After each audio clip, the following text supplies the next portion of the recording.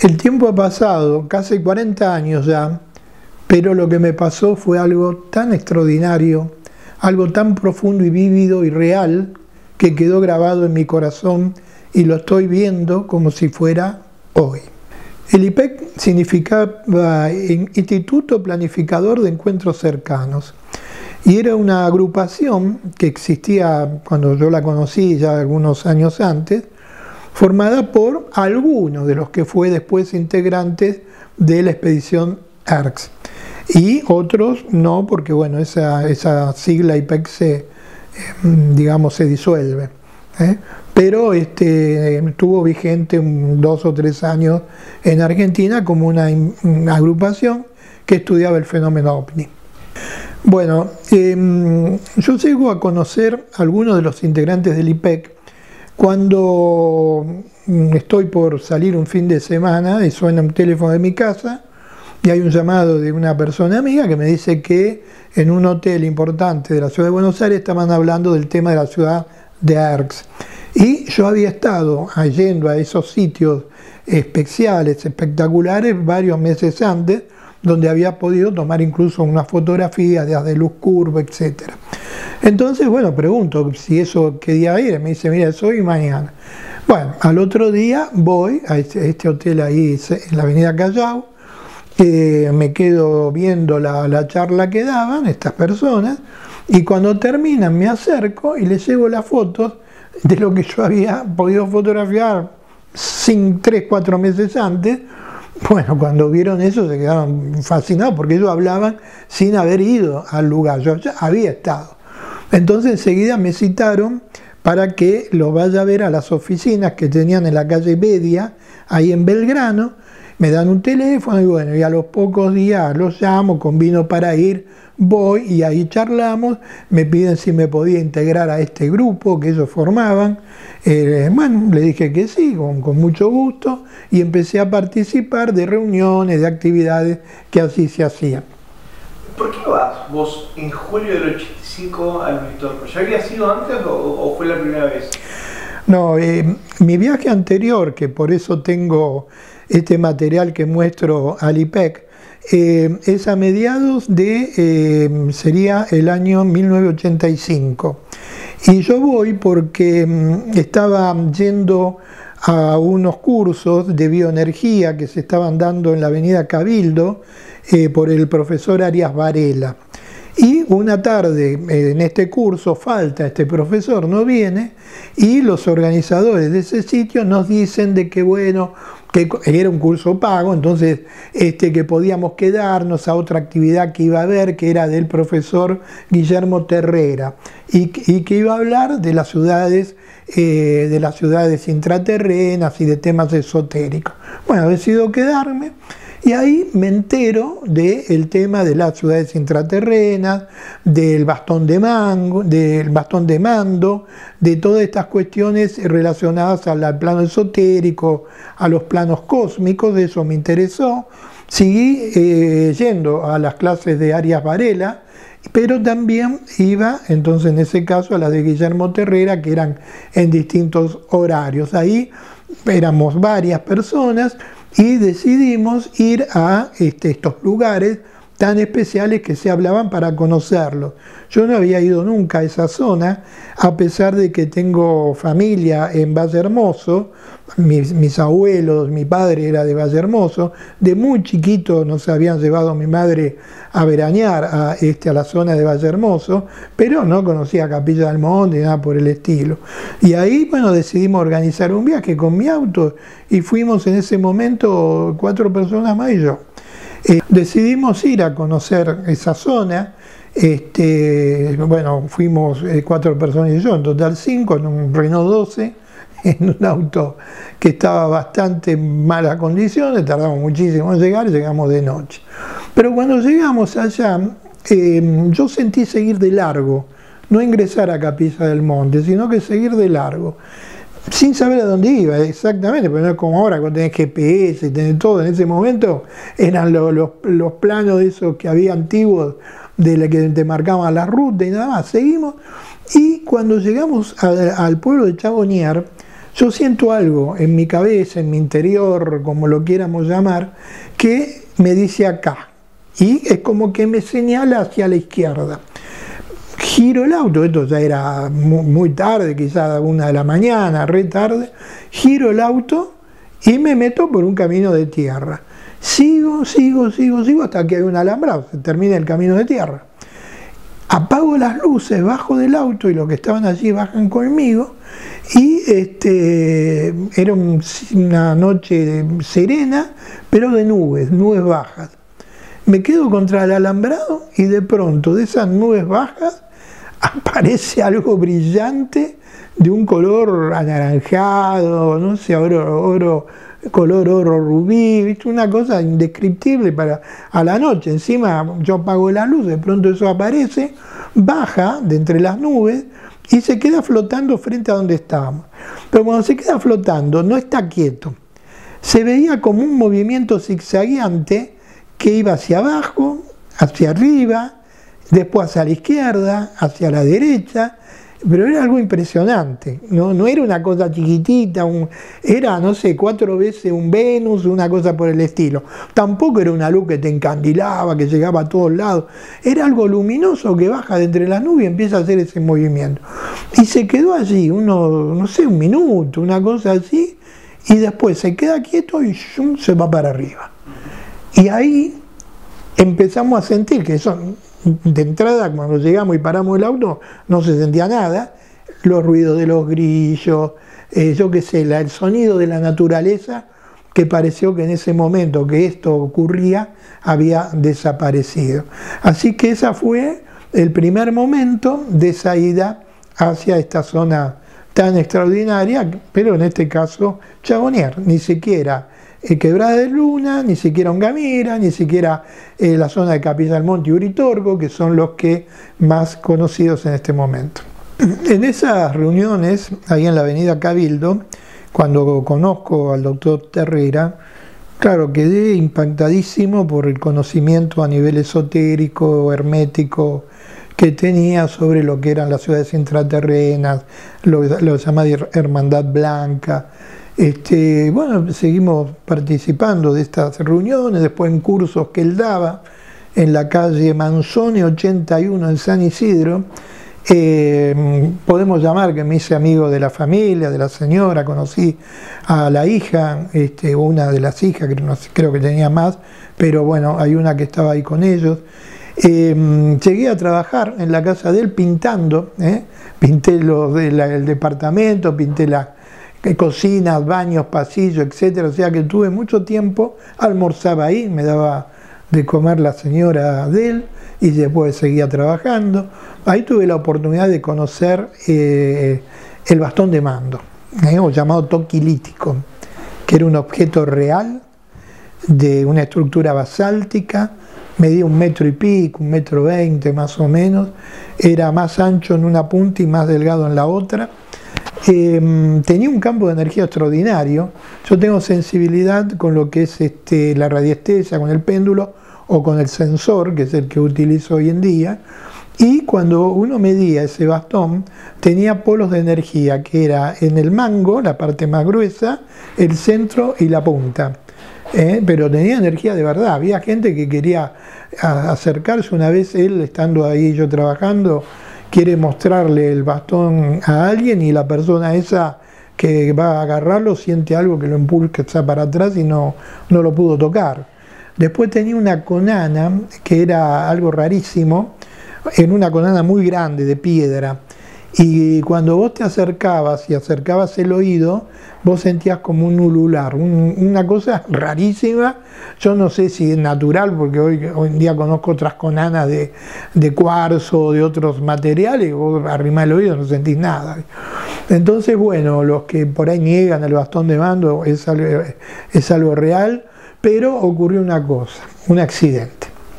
En una oportunidad, Guillermo, yo seguía yendo muy seguido ahí, no solo a los cursos que él daba en su casa, que eran ya algo muy particular de él, sino también por trabajo, que me pagaba, por supuesto. Y en una oportunidad viene alguien para ver el bastón y él lo va a bajar porque él lo tenía en la planta alta de la casa y se le cae. Cuando se cae se parte. Y él quedó recontra mal, yo no estaba en el momento que se cae, pero él me dice lo que pasó, estaba muy, muy destruido. Y yo le digo, mirá, yo tengo una persona conocida mía que tiene una fábrica de estructuras de mármol, que es de ahí, de por esa zona. Lo conocía porque venía a algunas charlas que yo daba del tema OVNI. Le hago el contacto y esta persona se lo repara. No sé cómo hizo, lo pega, no sé cómo, pero después, bueno, con el tiempo yo dejo de ir, tenía otras actividades, otras obligaciones y ya no podía irme hasta San Isidro, ni a cursos, ni laboralmente, porque yo me dedicaba a la construcción, hacía refacciones de casas y tenía mucho trabajo acá en Capital, digamos, yo vivo en Cava, en Paternal. Hace 50 años que vivo en esa zona. Y dejé de ir, o sea que ya después de vez en cuando por ahí nos hablábamos, nos veíamos. Me ha regalado unos libros extraordinarios de él, como El caballo criollo argentino, que era una edición muy muy pequeña, de pocos libros. Uno de ellos me lo regaló, se lo dedicó a mi hija. Así que yo tengo los mejores recuerdos del doctor Guillermo Terrera. Bueno, cuando yo llego al Hotel Columbia, al subsuelo, porque ahí era donde tenían un salón de conferencia, y me encuentro con algunos de los que integraban el IPEC en ese tiempo, que eran jóvenes que estaban también interesados en el tema de las ciudades subterráneas. Estaba Osvaldo Vignone, estaba Lua Saba, entre otros, Raúl Soma. La cuestión que... Claro, yo los escuché, todo bárbaro, lo que ellos hablaban, nombraban a Terrera, podemos decir por algún libro que habían visto de él, pero yo lo conocía personalmente. Entonces había una serie de cosas que ellos, no sé si no conocían en ese tiempo, pero sí se habían interesado por el tema o habían quizá hablado telefónicamente en algún momento con el doctor. Entonces cuando me acerco para verlos y a felicitarlos por la charla que habían dado, les comento que yo conocía al doctor Terrera, que había estado en la zona que ellos nombraban, que incluso se había acercado una nave, le cuento la descripción de la nave que ocurre ahí estando en Charbonnières. Después otra experiencia que nos pasa en Los Terrones, que fue posterior a la de Charbonnières, una noche después, en donde estando allí aparece una luz contra los terrones, pero ahí yo tenía mi máquina fotográfica, una Voigtlander, sin flash, sin nada, una cámara de lo más común, sin teleobjetivo. Bueno, y cuando esa luz aparece yo tomo una foto, y tomo varias. Bueno, dentro de las que tomo aparece una que se ve como una energía anaranjada, brotando de allí, de la zona de los terrones, y en la otra se ve como un rayo curvo que viene hacia donde estábamos nosotros estacionados con el auto.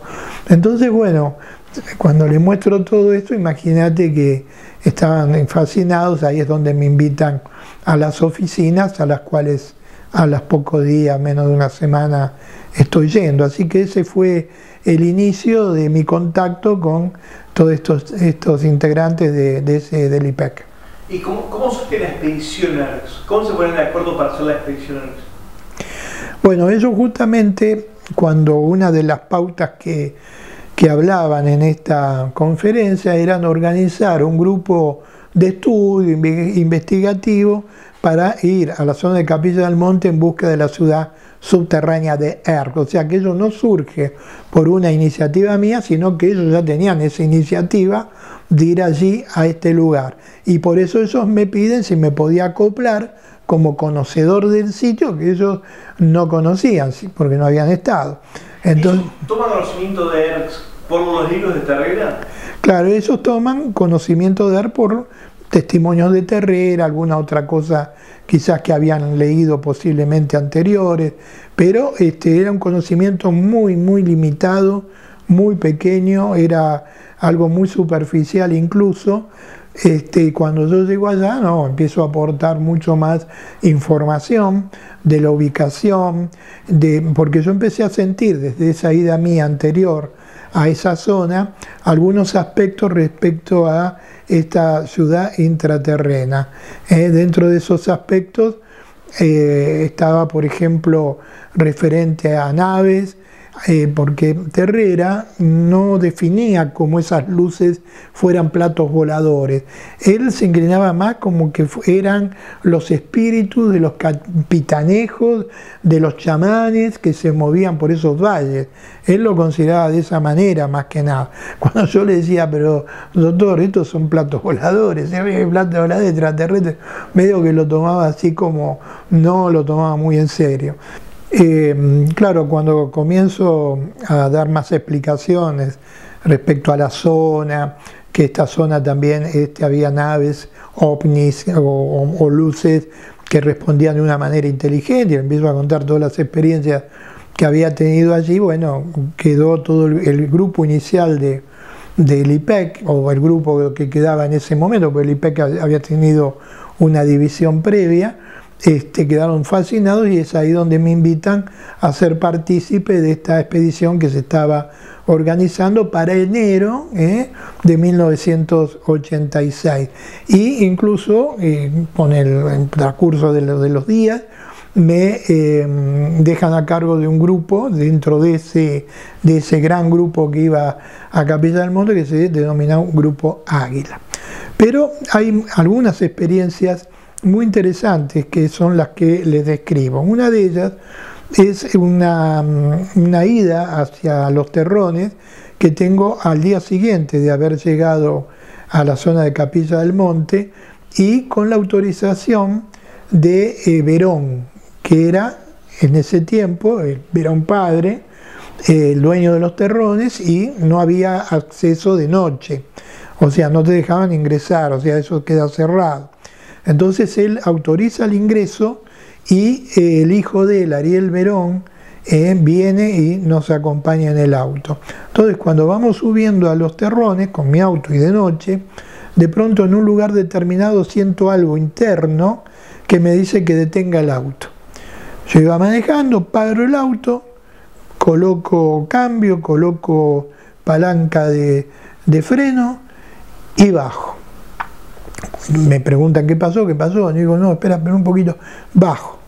Miro hacia la zona de lo que sería el Pajarillo y de pronto veo que sobre el Pajarillo, por Los Terrones más bajo, y veo que sobre el Pajarillo, como yo veo la silueta del Cerro Pajarillo, y se ve como de frente aparece algo que tenía forma de campana, como si fuera una campana delimitada, ahí aparece. Y se la veía bien perfecto, o sea, vos veías el cielo, porque era una noche relativamente clara, y veías el cerro, el contorno, y veía eso. Y de pronto de eso, que en forma de campana, aparece una luz. Pero esa luz se estira y forma desde la campana como un rayo fijo que se empieza a mover. Y empieza a hacer un giro, cuando pasa por el costado de esa campana se lo ve de costado, cuando pasa por atrás se deja de ver, cuando sale del otro lado se ve, digamos, ese rayo luminoso, cuando pasa y se va moviendo y queda de frente se ve como algo que apunta de luz y así, y da unos giros, hasta que después se queda quieto mirando hacia adelante.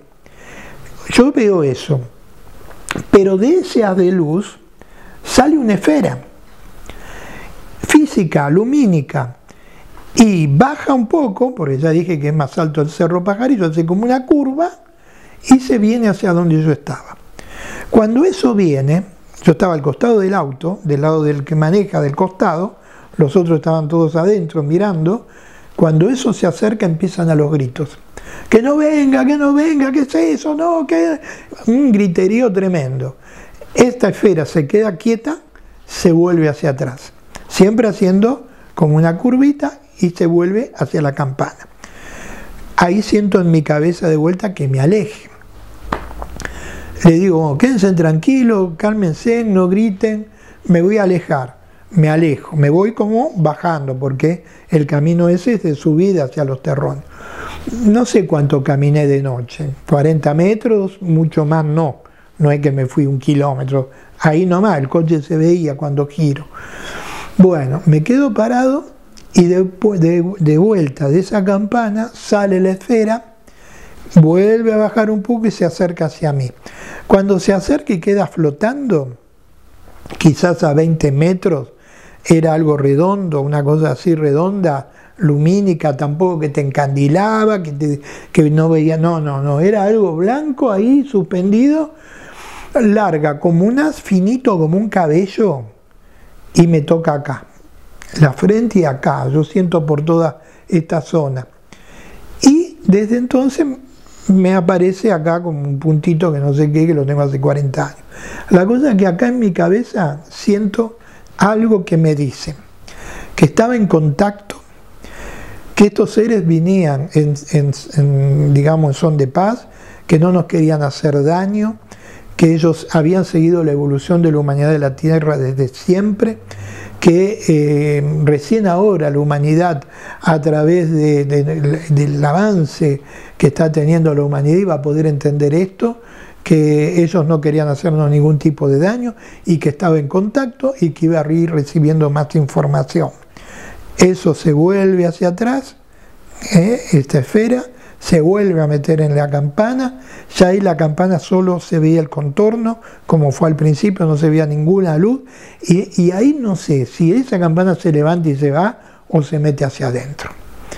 Pero esa experiencia, y cuando yo vuelvo al auto, los que estaban en el auto me dicen que yo desaparezco, que me dejan de ver, pero no hubo variables de tiempo cero, que dentro de la ufología se llama, que después sí he tenido otra experiencia con esa variable, en donde el reloj deja de funcionar 1 hora clavada, bueno, es otra experiencia. En esta no, el tiempo fue lo que vivido fue el tiempo, porque ellos me dejan de ver, no tengo idea, yo no sentí nada raro, no sentí que no estaba, nada, todo fue como lo acabo de contar en este instante. Esto, ya les digo, ocurrió hace más de 40 años y sin embargo lo sigo viviendo para decírselos a ustedes en este momento. Cuando eso para mí quedó marcado en mi corazón, pero tampoco no sé, me compré como que sí. Entonces, ¿qué hice? Cuando yo vuelvo a Buenos Aires, digo, la pucha, que han estado a través de toda la historia humana siguiendo nuestra evolución. Bueno, ¿qué hice? Me fui a la biblioteca Lincoln, que estaba acá en la avenida Florida, no sé, en la calle Florida, no sé si sigue estando o no. Me asocié, que te asociabas con un documento de identidad, entonces vos podías llevar libros, y buscaba libros en castellano, en español, que hablaran o que describieran el tema esto, porque no decían nave, pero que pudiera asociar con seres extraterrestres en el pasado. Y ahí encontré muchísimo material de los griegos, de los sumerios, de los egipcios, de las antiguas culturas mayas, todas describiendo lo que llamaban de otra manera, evidentemente. No podían llamar un plato volador una nave extraterrestre porque no se sabía lo que era, pero sí lo llamaban carro de fuego, medusa que vuela, escudo ardiente, columna de fuego, o sea, cantidades de nombres que fui anotando, iba transcribiendo. En ese tiempo tampoco era como ahora, que vos digitalizabas todo, era todo escribiendo, ni siquiera hasta una fotocopia, yo no me acuerdo si podía sacar la fotocopia o lo que podría salir. Entonces escribía, iba escribiendo cada vez que encontraba algo que pudiera asociar a eso que me habían dicho, que habían estado a través de toda la historia humana siguiendo nuestra evolución. Y lo que pude confirmar que así es.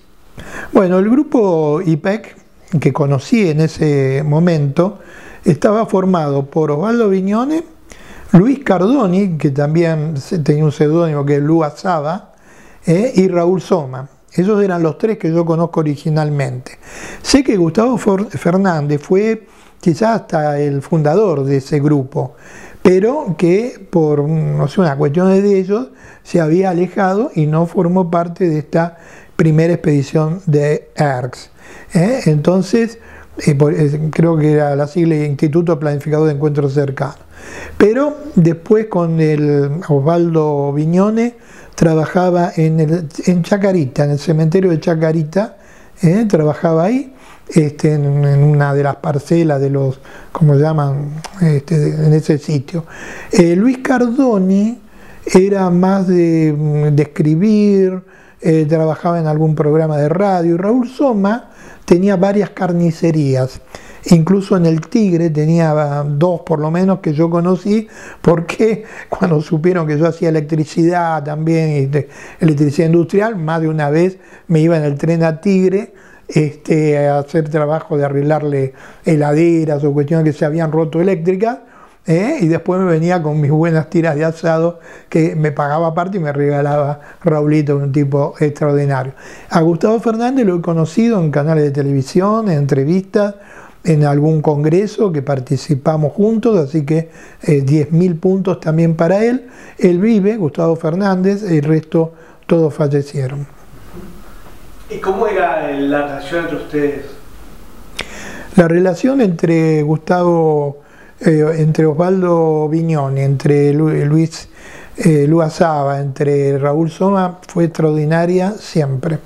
Al punto que una chica que era secretaria mía en una oficina que tenía, de lo que después yo llamé FUPEC, que es la actual Fundación para el Encuentro Cósmico, él la conoce, se juntan, se casan, tuvieron hijos, y ella es la que me avisa de que el fallecimiento de Osvaldo. Luisito, Luis Cardoni, lo he visto muchas veces en capilla, hemos comido juntos, tomado café. Él tiene una hija, muy buena persona también, que ha hecho alguna memoria respecto a su padre, y ya te digo, Raúl Soma también, hasta que falleció teníamos un trato muy bueno, muy bueno. Bueno, y ustedes se ponen de acuerdo y en realidad vos recibís el mensaje que tenía que ir al medio de comunicación. Cuando estamos cuando yo me integro al IPEC en esta expedición de ERC, en un momento determinado ellos estaban comunicando, porque ya les digo, al no haber redes, las comunicaciones eran mucho más difíciles. Entonces ir a un lugar y decir vamos a buscar de una ciudad subterránea era como... Entonces pasa algo muy llamativo. Yo recibo en mi cabeza, de esa forma que puedo explicar en algún momento cómo se da, una indicación precisa, como que algo interno te dice que vaya al diario Clarín. Yo les digo a los chicos, les digo, yo siento que tenemos que ir al diario Clarín, pero si no, no vamos a poder ni llegar a la puerta. Digo, yo recibí eso y voy a ir. ¿Alguien me quiere acompañar? Y me dice Raúl, yo te acompaño. Bueno, me voy al diario Clarín, tal cual como había sentido en mi cabeza que haga. Pues nos atiende un guardia de seguridad, y cuando le digo, mire, vengo para una entrevista. Ah, bueno, ¿está citado? No, pero tiene que estar citado. ¿Entrevista de qué? Sobre ovnis, platos voladores. ¿Qué? ¿Sobre ovnis? Sí, le digo, espera un poquito. Levanta el teléfono y literal dice, hola, ahora verás, acá tengo un loco que dice haber visto lo mismo que viste vos. Bueno, listo, lo hago pasar. Pum, bueno, pasen allí que ya los va a venir a buscar un tal Araverás. Me mira Raúl, no lo podía creer, nos sentamos, baja Araverás, nos lleva a las oficinas, no nos dejó hablar. Se sentó al lado nuestro y él empezó a contar lo que le había pasado. Que había ido periodísticamente a cubrir algo de turismo de carretera en el sur, y resultó de que un auto que iba con 2 chilenos, de pronto no pasan los controles, que son controles de lugares de montaña, o sea que no les dé ruta alternativa. No pasan los controles y llega al punto de la meta. ¿Entendés? Los tipos dicen, esta persona dice que los había levantado una luz, que en esa luz ellos viven experiencias, y que los habían dejado allí. Bueno, resultado, y esto es sintético, haciéndolo sintético, Araveraz estaba fascinado porque estando allí le toca vivir esta experiencia con estos dos automovilistas de turismo de carretera. Entonces, después de un rato que me cuenta lo fascinante que había sido, me dice, bueno, ¿ustedes cómo es esto? Cuéntenme. Y ahí le explicamos que vamos en busca de la ciudad subterránea de Erd, y al contacto, le dije, con lo que yo denomino ESI, ECI, que significa energías cósmicas inteligentes. Y eso queda en la nota del diario Clarín. Entonces, Araveraz incluso pone la dirección de la calle Bedia y el teléfono. Y nos toma una foto, y yo le dejo una de las fotos que es de las de Luz Cubro. Bueno, está bien. No sé si se publicará, nos vamos, todo bien. A los 2 o 3 días se publica la nota y eso fue un boom, porque nos llamaban de otros países, nos llamaban de todo, hasta el propio intendente de Capilla del Monte, Diego Cés, nos llama, nos escribe, nos da una carta diciendo para que los dueños de los campos nos dejen ingresar, así que eso nos facilitó muchísimo, pero además lo que se llama movió el avispero de algo que ocurría en las zonas aledañas al Uritorco desde hacía miles de años y que no había podido salir a la luz nunca de una forma tan pública, si no era por esto que se gestó de esta direccionabilidad para lo que era el medio de opinión pública más grande de Argentina de ese tiempo.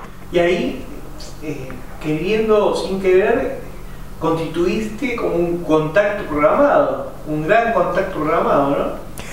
Cuando estaba ocurriendo todo esto, mientras que ocurría esta previa de ir organizando cómo íbamos a hacer, cada uno a qué grupo, qué lugar iba a ir, etcétera, etcétera, surge lo de la nota. Entonces lo que éramos 10 personas pasamos a ser 200, porque todo el mundo quería venir y no se podía llevar a 200 personas. Entonces se organizan grupos más o menos alrededor de 30, que fue porque todo eso yo no coordinaba, eso lo coordinaba fundamentalmente Raúl Soma, y con el apoyo de Osvaldo Viñón y Luis Cardoni, pero yo no es que lo coordinaba, ellos eran los que coordinaban. Entonces ellos organizan grupos, a mí me dicen, bueno, vas a liderar el grupo Águila, bueno, bárbaro, van a ir 6 personas en cada grupo, son 6 por 4, 24, y después se unen muchos que habían ido directamente a Capilla, nosotros vamos en un micro hasta allá, hasta Capilla del Monte, y ahí se unen, y después arriba del Uritorco, no sé cuánto eran, ahí estaba Raúl Soma arriba del Uritorco, que todos los demás parábamos en carpas, en el medio de los montes, o donde cediéramos que podíamos armar las carpas.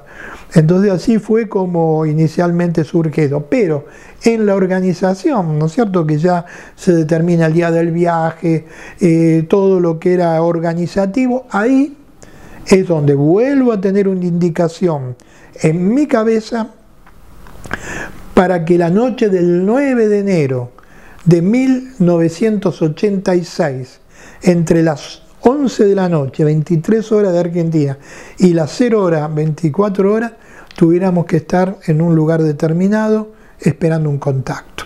Yo les digo a todos los que estábamos allí de que teníamos llamado un contacto para esa noche.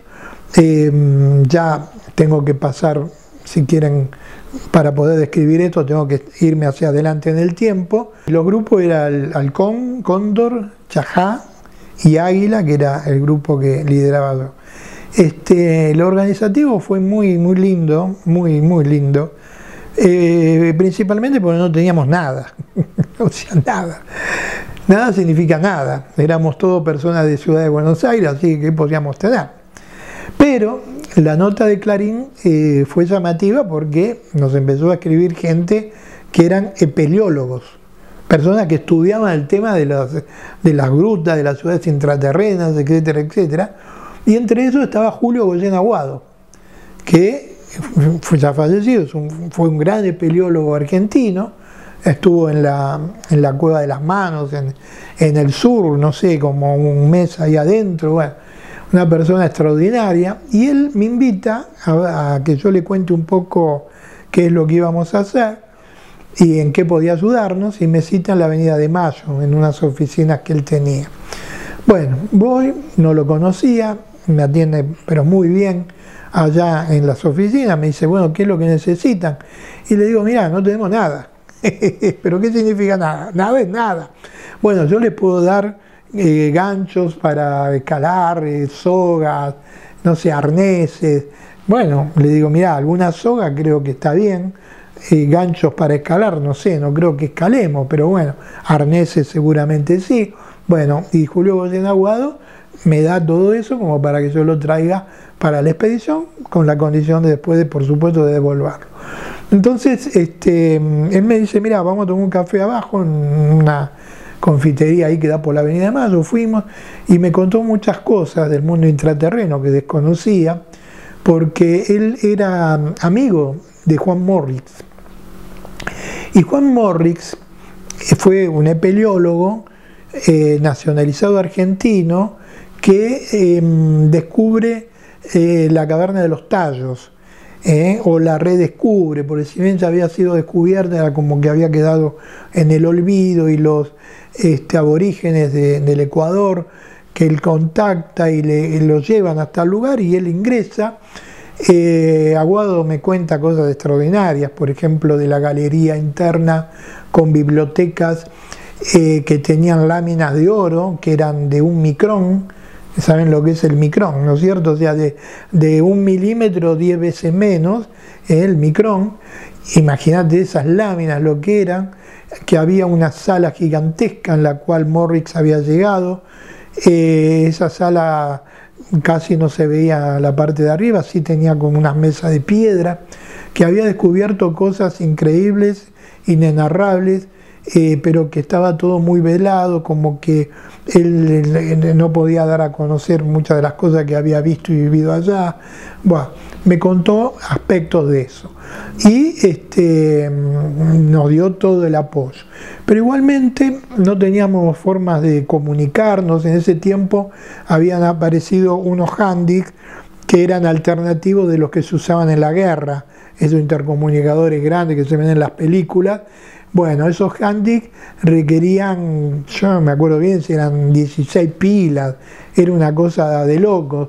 Entonces a mí se me ocurre ir a Barta, que es una, no sé si hoy sigue fabricando, pero en ese tiempo era una fábrica de pilas, y les ofrezco una publicidad en un boletín que justamente hacía Luis Cardoni, y en ese boletín ponerle una publicidad. Entonces Barta acepta, nos da muchas cajas de pila. Después voy, por ejemplo, creo que era una empresa, no sé si era Hablo, General Urquiza, que también iba a Capilla del Monte, también nos auspició, todo era canje, te daban pilas, te daban pasajes, era todo así. Después todo lo otro, la nafta, el combustible, todo lo teníamos que poner cada uno de nosotros. Bueno, yo me compro unos bolseguíes ahí en el subsuelo de la 9 de julio, donde se toman las estaciones de subte. Hay un subsuelo que hay negocios y locales que venden de todo. Entonces ahí hay algunos lugares que venden artículos militares. Y bueno, ahí compré unos bolseguíes que me duraron un poco. Hay una historia con los bolseguíes. Pero así fuimos juntando todo lo que necesitábamos para poder generar esta expedición. Esas radios eran más o menos de 30 centímetros, 40 de largo, y funcionaban. Nos podíamos comunicar, nos comunicábamos con el grupo que estaba Luis Cardoni detrás de los terrones, se comunicaba Raúl Soma desde el Uritorco, se comunicaba con nosotros detrás de la Copacabana, que está detrás del Cerro Pajarillo, así que funcionaba, pero todo fue así muy a pulmón. Compré palas, esas palas chiquitas, mochilas que eran todo de segunda mano, todos esos equipos, y con eso fuimos, sin ningún apoyo de nadie, porque la Municipalidad de Capilla apoyó moralmente, en el sentido de dejarnos dar autorización para que los campos podamos ingresar. De hecho, hay una mención especial que quiero hacer para la familia Conti de Chabonier, porque ellos nos abrieron su casa, nos prestaron caballos para que podamos llevar, porque íbamos con garrafas para calentar, con latas, bueno, infinidad de cosas, y teníamos que subir porteños, porque éramos todos porteños, algunos de San Nicolás, y la familia Conti nos facilitó todo como para que podamos entrar por la quebrada de Macero, que pasábamos por el costado de su campo, e ir subiendo por detrás hasta el lugar que teníamos que establecernos. ¿Y ustedes llegan a Capilla del Monte? Yo cuando... Llegan todos los grupos juntos, digamos. Cuando el primer lugar es Capilla. El grupo que sale de Buenos Aires, que sale de la calle Bedia, incluso en ese tiempo fue el noticiero de Tele 9 a filmar la salida nuestra. Fue histórica esa salida. Lástima que en ese tiempo con los VHS no todo el mundo tenía. Yo no sé si existe archivo de esa salida de la expedición de la calle Bedia. Por supuesto, la calle cortada, porque no solo éramos los que íbamos en el micro, sino la familia que nos iba a despedir. Y el único que fue con auto fue Raúl Soma. El micro llega a Capilla, pero no bajamos en Capilla. En Capilla baja el grupo que va a ir a la zona del Uritorco. Después, más adelante, un poco más adelante, baja el grupo de Osvaldo Viñone, que iba a entrar por otro lado para subir a otra parte del Pajarillo. Más adelante, ya entrando por lo que es, para lo que es el cruce Ongamira, ahí baja el grupo de Luis Cardoni, que iba detrás de los Terrones, y el grupo nuestro, el Águila, es el último en bajar, porque nosotros entramos por lo que es la quebrada de Macero para ir detrás del Cerro Pajarillo. Así que yo de entrada no voy a Capilla del Monte, el que sí va es Raúl Soma, y ellos suben al Uritorco, pero Raúl bajaba a dormir en un hotel en Capilla del Monte, no es que se quedaba arriba en la montaña. De hecho, yo en esa expedición creo que no fui a Capilla del Monte directamente, porque cuando termina toda la expedición, Raúl organizó un asado donde nos juntamos todos los grupos en el segundo vado. Ahí se organizó el asado, y bueno, esa fue como la despedida de la primera expedición ARCS. Bueno, ustedes llegan ahí al lugar donde bajan, ¿y con qué se encuentran? Cuando nosotros somos el grupo Águila, los últimos en bajar, entonces bajamos toda la mochila, todas las cosas, el micro gira y se vuelve, creo que para Capilla se volvió, porque quedó ahí estacionado hasta el momento del regreso. Después nos buscaba en cada lugar y de ahí volvimos todos en el micro. ¿Esto qué fecha es más o menos? La llegada a la zona de Capilla y la nuestra bajada, y tiene que haber sido el 7 de enero más o menos, pues nosotros pasamos el 7 o el 8 a la mañana, porque nosotros pasamos una noche previa a lo que después fue la bajada de la nave, que nos agarra una tormenta que era, se vino el mundo abajo, nos mojamos todo, andaban ¿cómo se llama? Los alacranes caminando por arriba de nosotros, ninguno nos picó, fue una cosa extraordinaria. Y recién al otro día, muy temprano, encaramos la subida para ir a la quebrada de Macero, a la parte que armamos el campamento, y esa misma noche tenemos el contacto. ¿Cómo fue esa jornada? La jornada previa a la jornada del 9, ¿va? Una vez, cuando nosotros salimos de Buenos Aires, bueno, el viaje fue largo, pues éramos muchos, un colectivo bastante limitado, bueno, paraba cada rato, la cosa y cansados, porque tampoco es que vos podés dormir cómodamente en un colectivo común, con todas las mochilas. Bueno, cuando nosotros armamos la primer carpa, que la armamos ahí en el campo de los Conti abajo, comemos algo, hacemos un fueguito, calentamos algo, pues no es que cocinamos, eran todas latas, y se larga la lluvia, así que todos a las carpas, y bueno, quedamos ahí, las carpas se filtraba el agua, era toda una cosa así muy... Pero bueno, éramos jóvenes, así que uno aguanta cualquier cosa.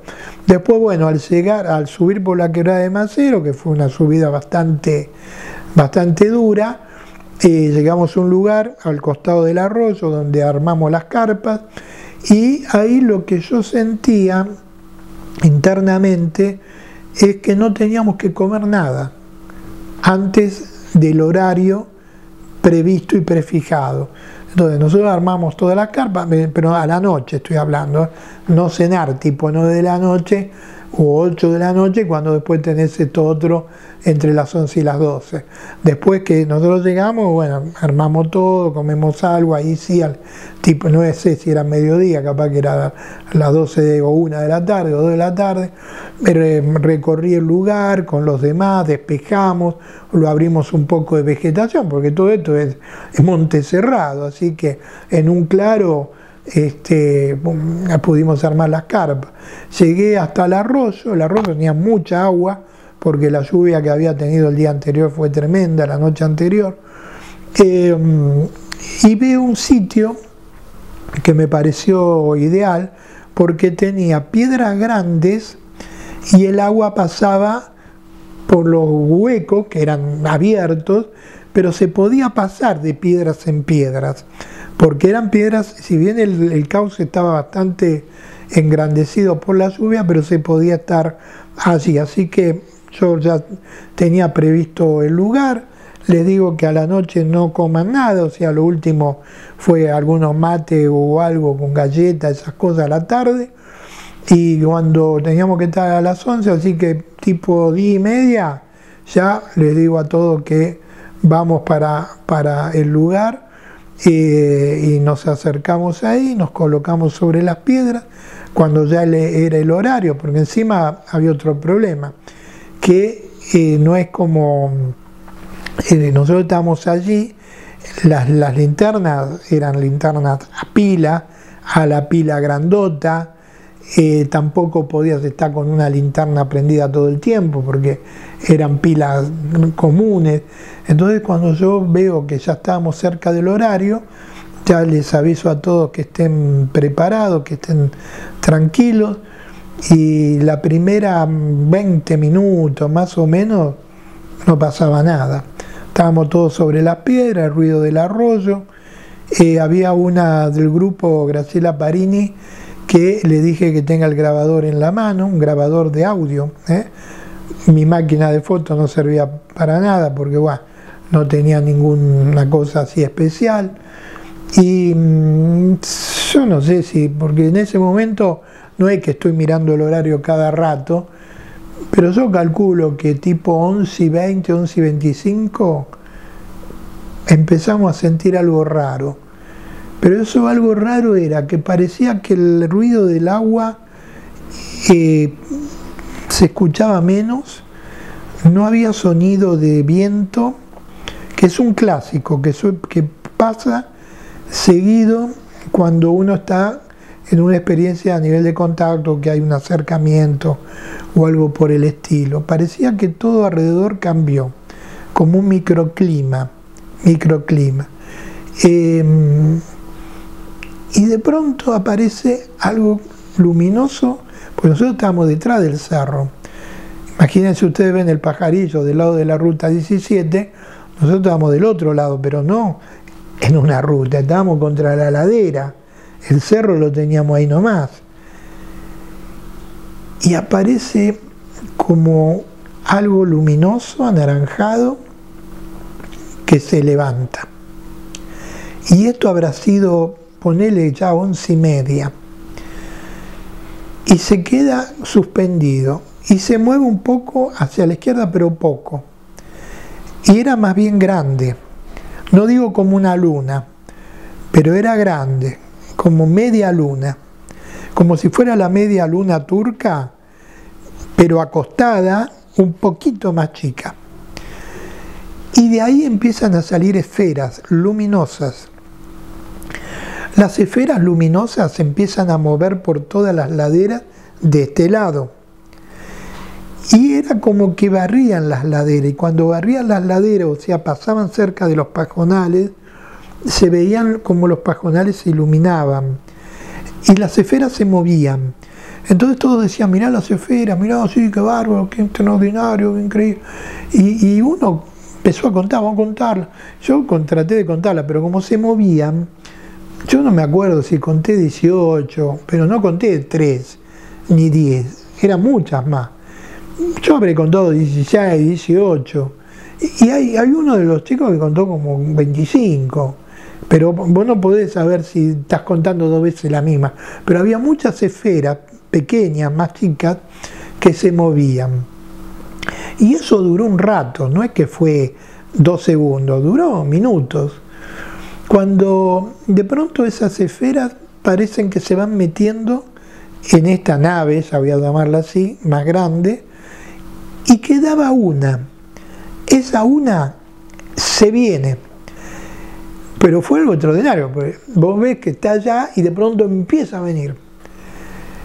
Y cuando viene, había un muchacho al lado mío que había venido a las reuniones de preparación, que vos le explicás. Otra de las cosas que me olvidé de comentar, que dentro de la preparación estaba, por ejemplo, llevar sueros antiofídicos. Yo fui al Malbrán personalmente, con la nota del diario y todo, que íbamos a la expedición. El Malbrán me da sueros antiofídicos que había que mantenerlos en hielo, seco o hielo, para que no se estropearan. Nos dan hasta los hielos para que lo podamos mantener. Bueno, extraordinario. Que después los dono a Capilla del Monte, eso cuando volvemos. Entonces, en todas esas charlas previas, este muchacho había participado, ni me acuerdo el nombre, porque vino a esa jornada, a esa salida, y después no quiso saber más nada. Y cuando esto se acerca, se da vuelta, me agarra del brazo del lado derecho y me dice, Dante, no diga lo que estás viendo, no diga lo que estás viendo. Y le dio miedo a más de uno. Esa esfera se queda allí un segundo y se vuelve y se mete a la más grande. Cuando la más grande, ya entraron todas estas más chiquitas, se va hacia atrás. Y cuando se va hacia atrás, ahí hay como un resplandor. Pero no es como que se iluminó, no, es un resplandor que duró 2 segundos, 3 segundos, no fue algo instantáneo cuando vos, un flash, ponele, no, esto duró un poquito más, 2 segundos, 3 segundos, y todo vuelve a la normalidad. Cuando eso ocurre de los 2 o 3 segundos, ahí siento en mi cabeza esto. El hombre debe ver para creer. Acá tienen la prueba, difúndanla. Yo en ese instante creí que la prueba era lo que habíamos visto. Nada más. Pasa esos 2 o 3 segundos, ese resplandor, pum, todo, y comienza la normalidad. ¿Qué significa la normalidad? De vuelta sentíamos normalmente el ruido del agua, sentíamos la vegetación, los pequeños, no es que había viento, pero el sonido del viento alrededor, del viento suave, que mueve hojas, que mueve plantas. Vos te das cuenta que algo que estaba cubriéndonos ya no estaba. Quedamos realmente choqueados, fascinados, volvimos, salimos de las piedras. Ahí los chicos calentaron algo para comer, una sopa, yo qué sé, ¿no? Entonces, el hombre debe ver para creer. Acá tiene la prueba difunda. ¿Qué era la prueba? Eso. A la mañana, cuando los chicos prenden el handy, estaba Raúl Soma desesperado desde el Uritorco, no sé qué hora sería, diciendo si habíamos visto la nave sobre el pajarillo. Le digo, mirá, nosotros vemos la nave pero de este lado. Me dice, no, porque la nave parece que vino por Quebrada de Luna, pasó por el campo de los Gómez, lo vio el nieto que estaba allí con la hermana y con la madre, parece que hay un árbol grande que lo secó un poco arriba, se asustaron mucho, y vieron toda esa luz ahí. Bueno, le digo, mira, eso que estuvo ahí es lo que vino hacia acá, le digo. Pues nosotros lo vemos de este lado. Al verlo de este lado, del otro lado, cuando Raúl dice, y dejó una huella, le digo, nosotros acá no vemos ninguna huella. No, la dejó de este lado. Entonces, digo, bueno, ya esto ya era más de tarde. Bueno, yo organizo un grupito para ir hasta allá. Bajamos desde la quebrada de Macero con los dos chicos que vinieron de San Nicolás y otro más de los que estaba ahí con nosotros, Eduardo Barrada, y bajamos, uno de los de San Nicolás de apellido Bellagamba, y bajamos por la quebrada, llegamos a la ruta 38, re cansado porque imagínate, bajar ese tramo que era muchos kilómetros. En cuanto salimos a la ruta, vino una camionetita, hacemos dedo, era una camioneta de la municipalidad. Nos dice, sí, no, pero yo lo llevo, y nos lleva hasta lo que era el segundo vado, porque de ahí se veía perfecta. En el segundo vado nos mandamos. A fuerza de machetes, nosotros fuimos los primeros en llegar allí a la huella, enfilamos sin conocer, sin saber, nos mandamos a fuerza de machete, porque había senderos de vaca o de cabra, pero muy ahí adelante, ya después todo eso se perdía y tuvimos que encarar hacia donde la huella aparecía a fuerza de machete. Ahí es donde ese bolseguí que había comprado, era un bolseguí viejo, se despega la suela y el bolseguí tenía, cada vez que pisaba medio de punta, se levantaba, el pie mío derecho pisaba la piedra o la tierra o lo que sea, tenía todo lastimado, llagado, lo había atado, se salía lo que ataba, bueno, ya no sabía qué hacer, y de pronto vemos la huella. Cuando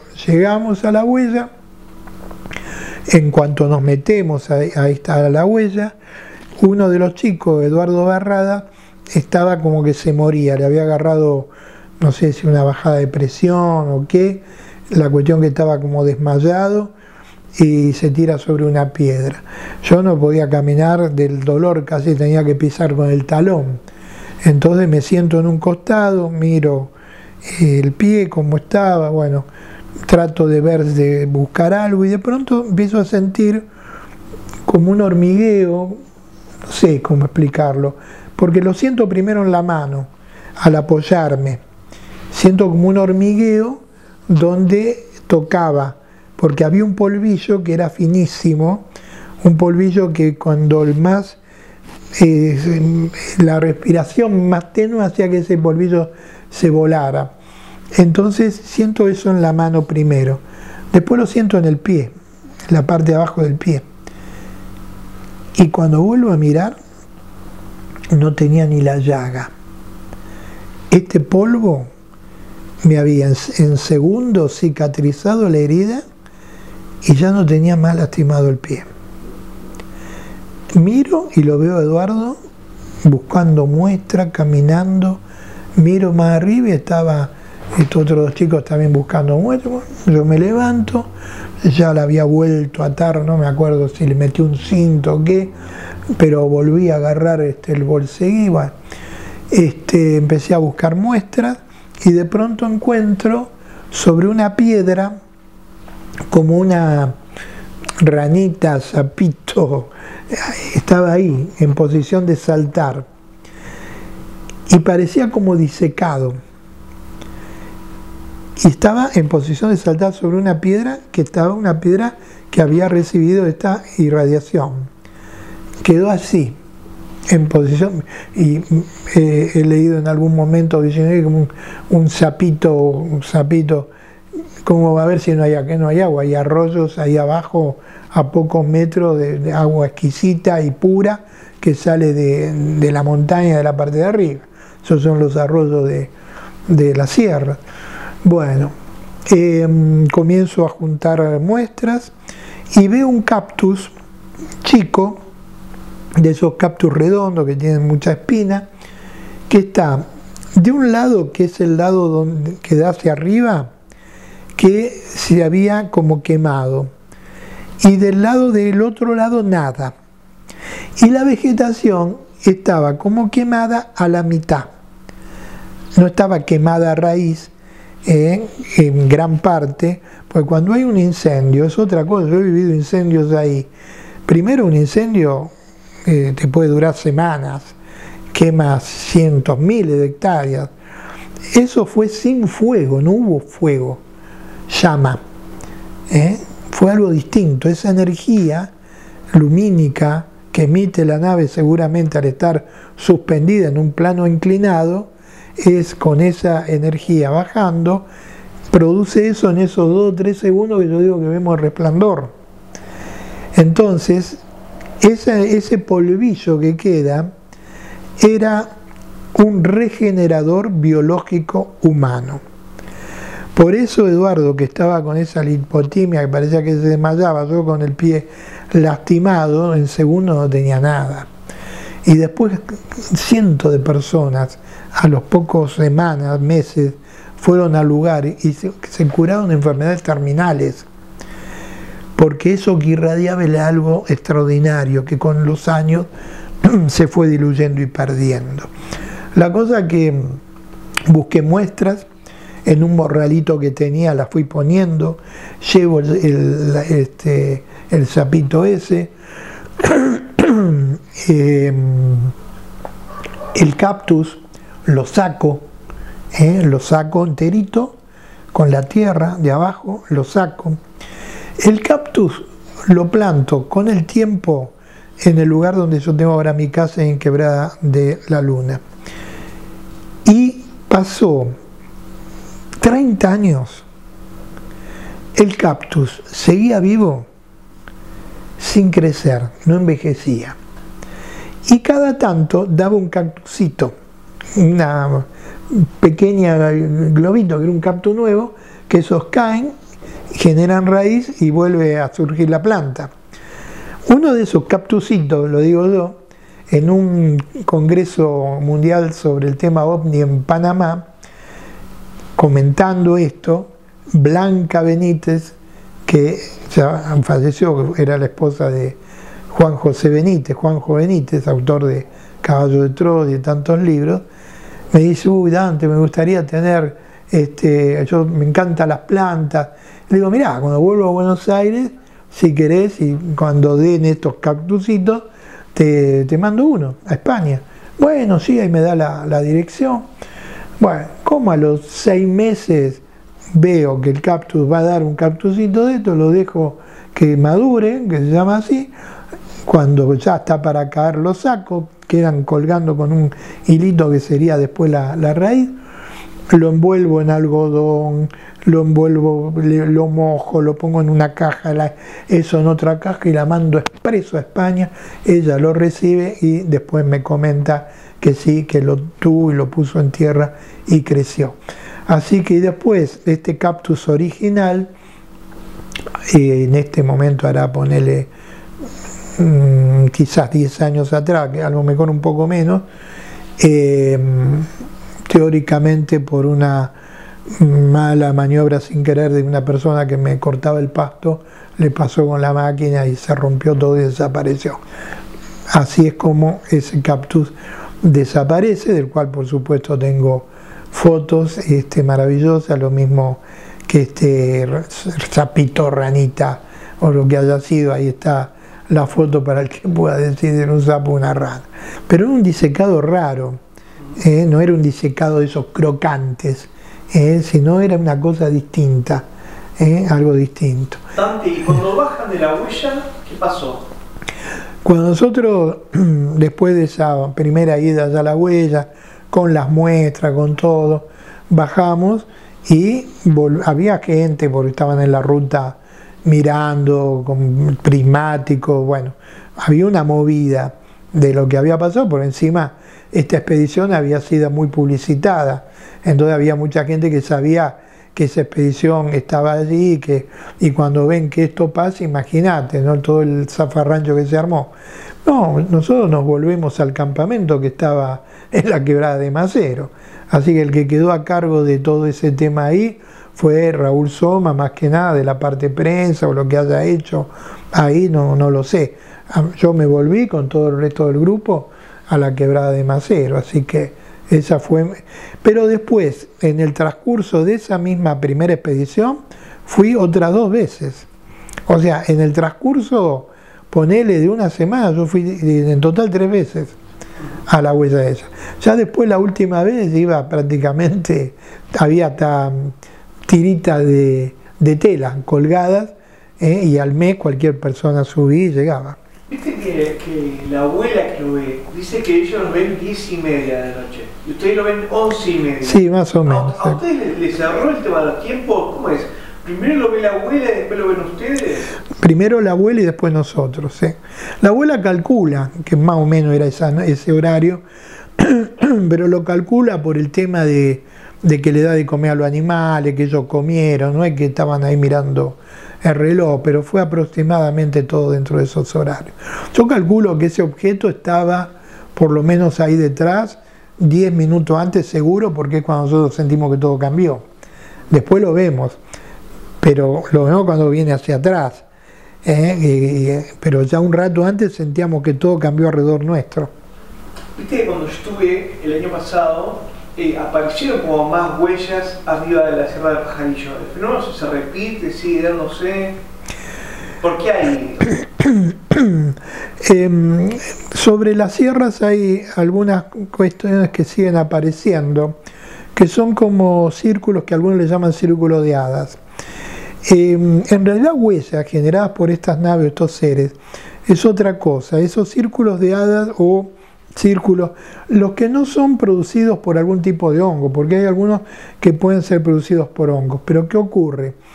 En la ciudad intraterrena, que está a 500 metros de profundidad debajo de lo que es entre el Uritorco, los terrones, la zona de Huertas Malas, tiene como si fueran túneles, también de salida por el Pajarillo o por el Cerro Colchaquí. Entonces, desde abajo a 500 metros, ¿cómo salen? Ellos tienen una tecnología que es la siguiente. Tienen unos sistemas que envían como un haz de energía. Ese haz de energía es como yo para explicarlo no científicamente, sino para el común de las personas que puedan estar viendo.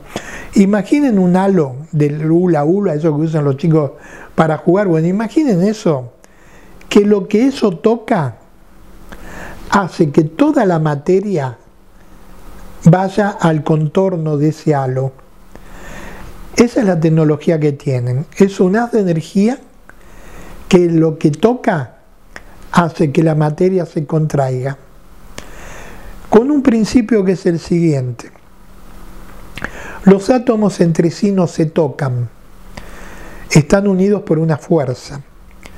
Si nosotros pudiéramos contraer nuestra estructura atómica, mantendríamos la misma densidad, pero nuestro cuerpo, en vez de medir 1,80 m, 1,70 m, 1,50 m o lo que sea, podría ser de 2 centímetros, con un peso atómico similar y con la cantidad de kilos en forma similar, pero contrayendo el espacio interatómico. Estos seres tienen la tecnología para producir un efecto en donde toda la materia va al contorno de esta estructura y generan el hueco. En la parte externa, en la superficie, donde hay vegetación, todo eso también se contrae y al volver al estado natural pierde moléculas de agua. La pérdida de moléculas de agua genera una distinta coloración de la vegetación. Volvés a Buenos Aires y cuando le empezás a contar lo que pasó, ¿qué le decías a la gente? Cuando después de esta primera expedición volvemos todos a Buenos Aires, enseguida los chicos, Raúl, Luis, Osvaldo, comienzan a organizar charlas en la calle Bedia, porque la gente no es como que... Bueno, el noticiero Tele 9 nos hizo notas, nos hicieron notas también, la revista Flash, yo qué sé, hay muchas notas de ese momento. Diario Popular creo que también estaba, Crónica puede ser, no sé, no me acuerdo si yo hice notas de Crónica, por ahí le hicieron los otros chicos. La cosa es que dábamos charlas sobre esto en la semana, y como la oficina de la calle B era muy chiquita, se daban 2 o 3, pero yo no hablaba. Yo en ese tiempo no era el que hablaba era Osvaldo, o Raúl, o Luis, o cualquiera de ellos hablaba. Pero, ¿qué me decían? Antes vos sos del que tuvo el día de contacto, horario de contacto, vas a la huella, recibiste, todo tenés que contar, no, pero yo no quiero hablar de esto, yo no cuento esta cosa. Y un día, ¿sabés qué hacen? Estaba todo el mundo ahí sentado esperando, yo estaba ahí a un costado, entonces viene Luis y me dice, mirá, Dante, tenemos que ir a buscar algo para la charla, acá nomás, saliendo, hace una cosa, hacer la apertura vos, nada más presentanos, que organizamos esto que tenemos que pasar y salimos a hablar nosotros. Bueno, entonces paso adelante, buenas tardes, gracias por venir, bueno, vamos ahora a hablar de este tema tan apasionante, y cuando yo me paro adelante contando esto que vamos a hablar, que hacen los otros vagos, abren la puerta y se van. Me dejaron ahí como loco malo, solo, adelante de la gente, y tuve que hablar. Y bueno, a eso van más de 40 años que sigo todavía hablando, gracias a Dios. La huella del Cerro Pajarillo, que fue producida por una nave, sin hacer piso, sin tocar, que deja a través de un haz de luz esa quemazón sin fuego, fue como un antes y después a nivel de la ufología a nivel mundial.